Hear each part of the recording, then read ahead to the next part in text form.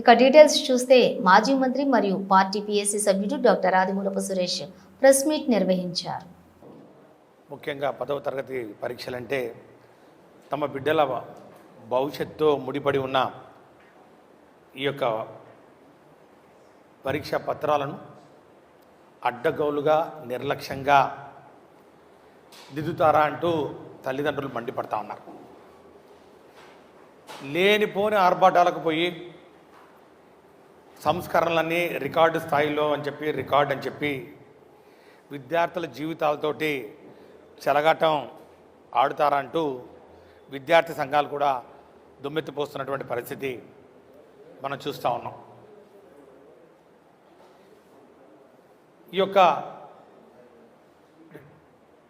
ప్రశ్నపత్రాల మూల్యాంకనం ఏదైతే ఉందో ఈ పత్రాల మూల్యాంకనం ఎవాల్యుయేషన్లో ఎందుకు ఇంత తీవ్రమైనటువంటి ఆలస్యం వహించారు విద్యాశాఖ? మరి ముఖ్యంగా ఎందుకు ఈ రికార్డ్స్, ఎవరి కోసం ఈ రికార్డ్స్, ఎవరి కోసం ఈ యొక్క కూటమి ప్రభుత్వం విద్యాశాఖ కొమ్ము కాస్తూ ఉందనే ప్రశ్నలు ఈరోజు రాష్ట్రమంతటా కూడా మరి ఈరోజు వినిపిస్తూ ఉన్నటువంటి పరిస్థితి మనం చూస్తాం. వారం రోజుల్లోనే మేము ప్రశ్నపత్రాల మూల్యాంకనం ముగించామని చెప్పి చెప్తా ఉన్నారు. వాస్తవాల్లోకి వెళ్తే కొన్ని పేపర్లలో మరి ముఖ్యంగా సోషల్ స్టడీస్ మరి జవాబు పత్రాల మూల్యాంకనం కేవలం 5 రోజుల్లోనే ముగించిందని పూర్తి చేశారనే ఒక విషయం కూడా బయటపడతా ఉంది. అంటే ఈ ప్రభుత్వం దేనికోసం ఈ రికార్డుల కోసం తాపత్రపడుతుంది.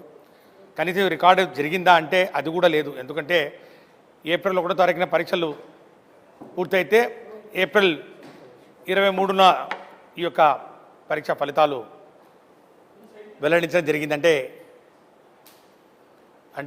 సుమారు 21 రోజులు పట్టింది. గతంలో పోలిస్తే ఇది ఇంకెక్కువనే. ఎందుకంటే 22-23 విద్యా సంవత్సరంలో వైసీపీ ప్రభుత్వం అధికారంలో ఉన్నప్పుడు 17 రోజుల్లోనే మరి ఫలితాలు వెల్లడించిన విషయాన్ని కూడా ఈ సందర్భంగా నేను ఉటంకిస్తూ ఉన్నాను. ఈ యొక్క కూటమి ప్రభుత్వం ముఖ్యంగా విద్యాశాఖ కార్పొరేట్ ఇంటర్ కాలేజీలకు కొమ్ము కాయడానికే ఈ హడావుడి. ఇంటర్ తరగతుల్ని హడావుడిగా ప్రారంభించి ముఖ్యంగా కార్పొరేట్ కళాశాలలు ఈ జేఈ కోర్సులకు కానివ్వండి, నీట్ కోర్సులకు సంబంధించి ఆ యొక్క